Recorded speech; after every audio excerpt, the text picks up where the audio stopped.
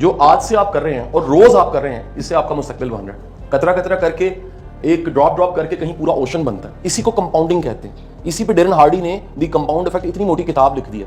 तो आप जो कर रहे हैं रोज की बुनियाद पे कर रहे हैं, करते कराते डिग्री मुकम्मल हो जानी है। सीख के जाएंगे, मेहनत करेंगे, काबिल बनेंगे, तो याद रखिए आपका ये वक्त जो है प्रोडक्टिव गुजरेगा। आपके माँ बाप ने, यकीन कीजिए, बड़ी मेहनत की है, बड़ी स्ट्रगल की है पढ़ाने के लिए आज के दिन तक। And the last going to close, ये जो कुछ लिखा हुआ है मैं इसकी तरफ फिंगर करूंगा। आप सबने मोबाइल निकाल लेना, मोबाइल निकालिए पूरी।